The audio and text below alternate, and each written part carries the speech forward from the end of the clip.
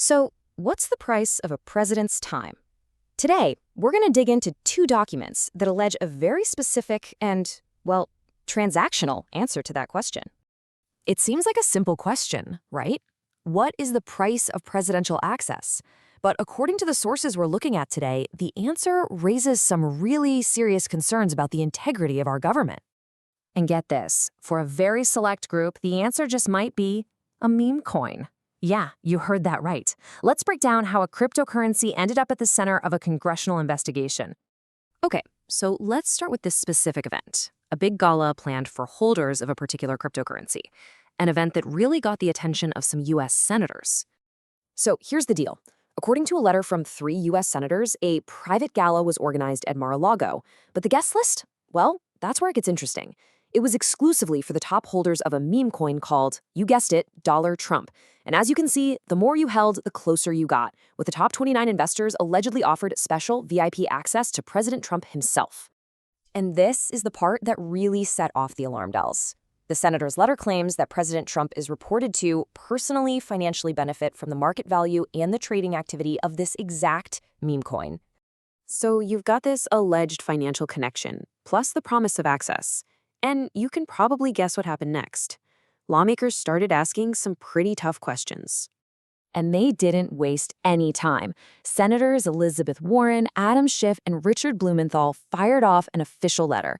They weren't just asking questions, they were demanding documents to figure out if the president was directly involved in planning, promoting, and, most importantly, profiting from this whole thing.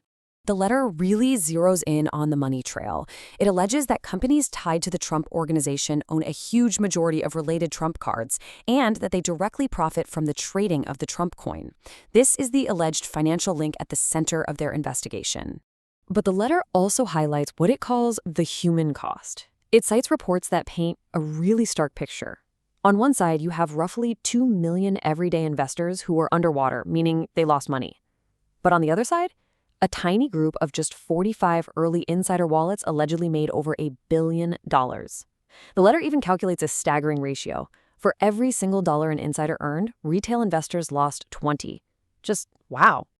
And the letter wraps up with this really direct call to action, saying that Congress has to step in to prevent what they call egregious conflicts of interest. So this isn't just an inquiry, it's a statement pushing for new rules. Now, while those senators are laser-focused on this one crypto conference, our second source says, hold on a second, this isn't an isolated incident. They argue it's part of a much, much larger pattern. And that brings us to a report from the Campaign Legal Center, a nonpartisan watchdog group. And they do not mince words with the title, Trump's Corrupt Transactions. The report basically alleges that this meme coin conference is just one example of a much broader pattern of behavior. So the CLC report lays out what it calls a consistent and very transactional approach to governing. Let's dig into what exactly they mean by that. The core argument of the report is this, that there is an alleged explicit nexus, a clear link, where getting favorable official actions, like appointments or policy changes, is tied to providing personal or political gain to the president. It's this direct quid pro quo framework that the report is trying to document. And to back up this pretty huge claim, the report catalogs numerous examples of what it calls pay-to-play transactions. We're going to walk through a few of them, broken down by category. First up, appointments. The report alleges a pattern where large donations to political funds, like super PACs, were followed by appointments to high-level cabinet positions. For example, the report connects Linda McMahon's reported $20.3 million in donations to her appointment as Secretary of Education, and Scott Bessent's $1 million-plus donation to his as Treasury Secretary.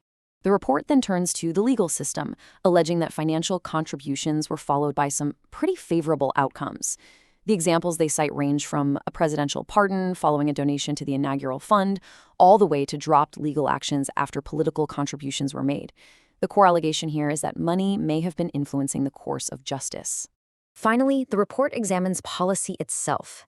It alleges connections between industry contributions and the reversal of a nursing home regulation, between multi-billion-dollar deals with the UAE and access to sensitive American AI technology, and between financial support from Elon Musk and benefits for his companies.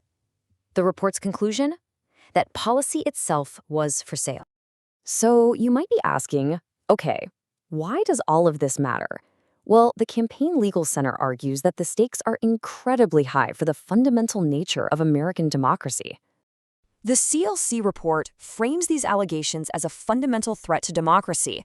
They argue this pattern gives wealthy special interests way too much power, erodes public trust, and ultimately steers the government to serve private profit instead of the public good, proving that anti-corruption laws need a serious fix.